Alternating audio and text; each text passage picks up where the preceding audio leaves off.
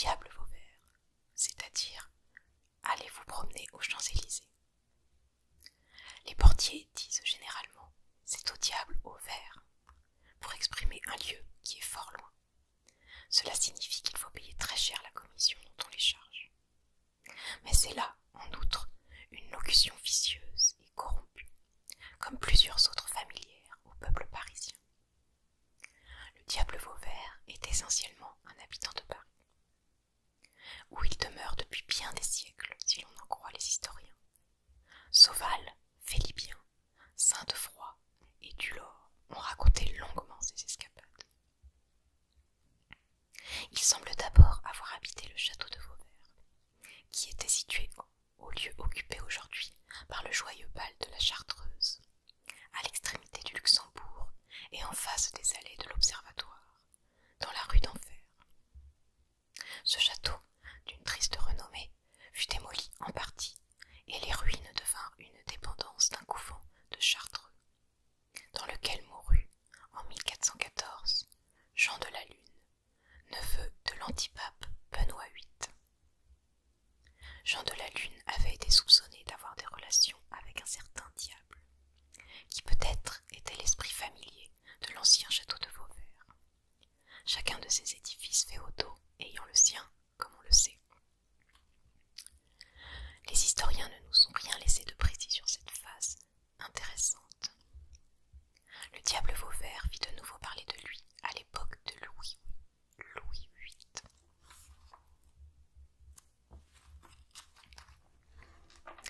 Pendant fort longtemps, on avait entendu tous les soirs un grand bruit dans la maison, fait des débris de l'ancien couvent, et dont les propriétaires étaient absents depuis plusieurs années, ce qui effrayait beaucoup les voisins. Ils allèrent prévenir le lieutenant de police, qui envoya quelques archers. Quel fut l'étonnement de ces militaires en entendant un cliquetis de verre mêlé de rires stridents.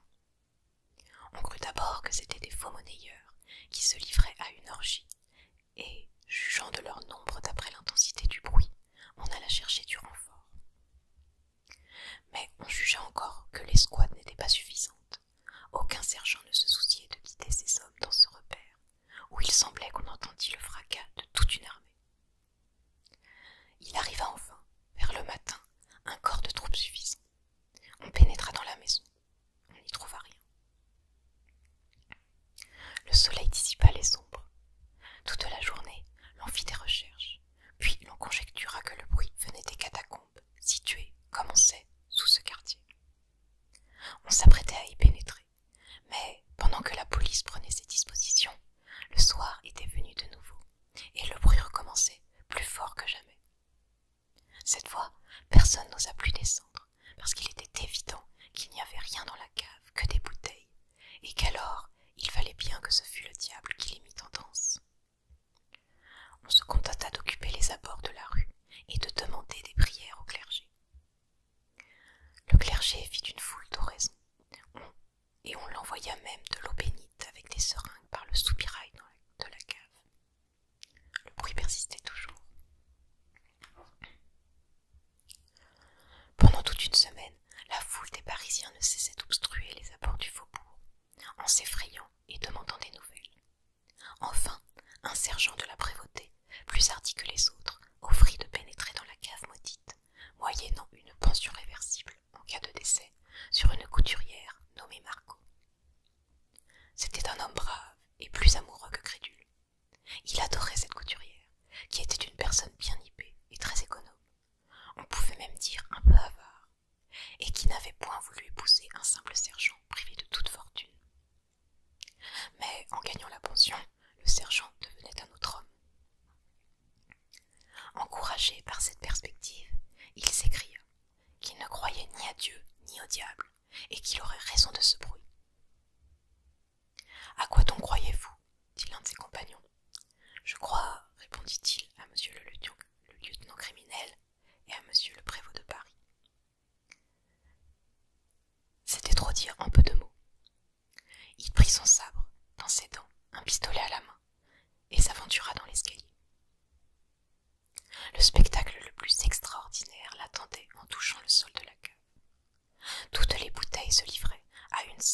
éperdus et formaient les figures les plus gracieuses. Les cachets verts représentaient les hommes et les cachets rouges représentaient les femmes. Il y avait même là un orchestre établi sur les planches à bouteilles. Les bouteilles vides résonnaient comme des instruments à vent, les bouteilles cassées comme des cymbales et des triangles, et les bouteilles fêlées rendaient quelque chose de l'harmonie pénétrante des violons. Le sergent, qui avait bu quelques chopines avant d'entreprendre l'expédition, ne voyant là que des bouteilles, se sentit fort rassuré, et se mit à danser lui-même par imitation.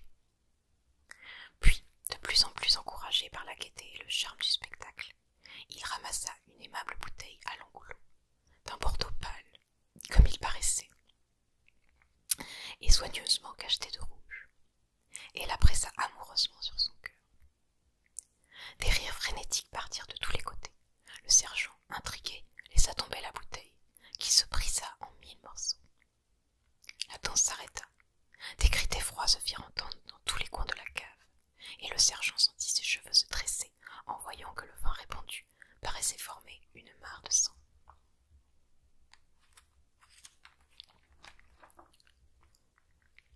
Le corps d'une femme nue, dont les blonds cheveux se répandaient à terre et trempaient dans l'humidité, était étendu sous ses pieds. Le sergent n'aurait pas eu peur du diable en personne, mais cette vue le remplit d'horreur. Songeant après tout ce qu'il avait à rendre compte de sa mission, il s'empara d'un cachet vert qui semblait ricaner devant lui et s'écria « Au moins j'en aurai une !» Un ricanement immense lui répondit.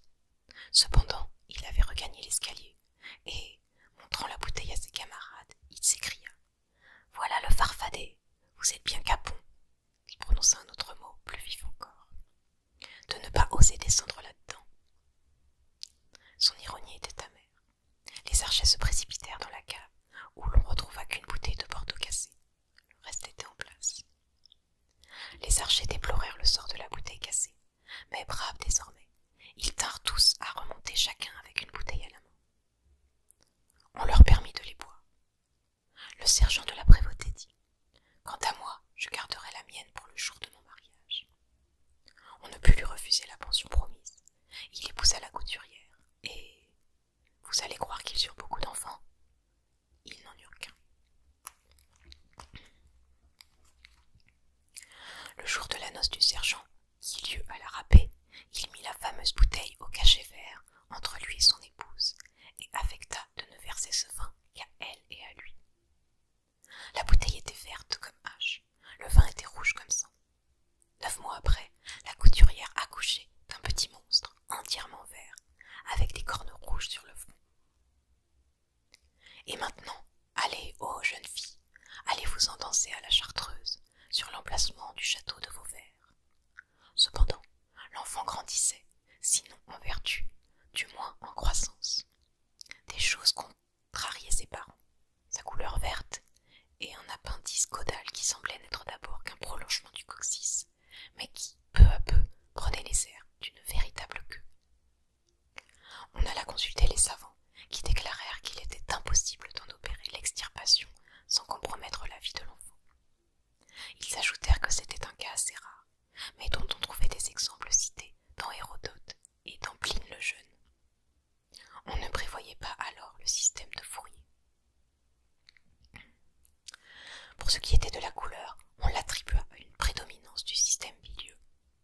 Cependant, on essaya de plusieurs caustiques pour atténuer la nuance trop prononcée de l'épiderme, et l'on arriva, après une foule de lotions et frictions, à l'amener tantôt au verre bouteille, puis au verre d'eau, et enfin au verre pomme. Un instant, la peau sembla tout à fait blanchir, mais le soir, elle reprit sa teinte. Le sergent et la couturière ne pouvaient se consoler des chagrins que leur donnait ce petit monstre, qui devenait de plus en plus têtu, colère et malicieux. La mélancolie qu'ils éprouvèrent les conduisit à un vice trop commun parmi les gens de leur sorte. Ils s'adonnèrent à la boisson. Seulement, le sergent ne voulait jamais boire que du vin cacheté de rouge, et sa femme que du vin cacheté de vert. Chaque fois que le sergent était ivre-mort, il voyait dans son sommeil la femme sanglante dont l'apparition l'avait épouvanté dans la cave après qu'il eut brisé la bouteille. Cette femme lui disait « Pourquoi m'as-tu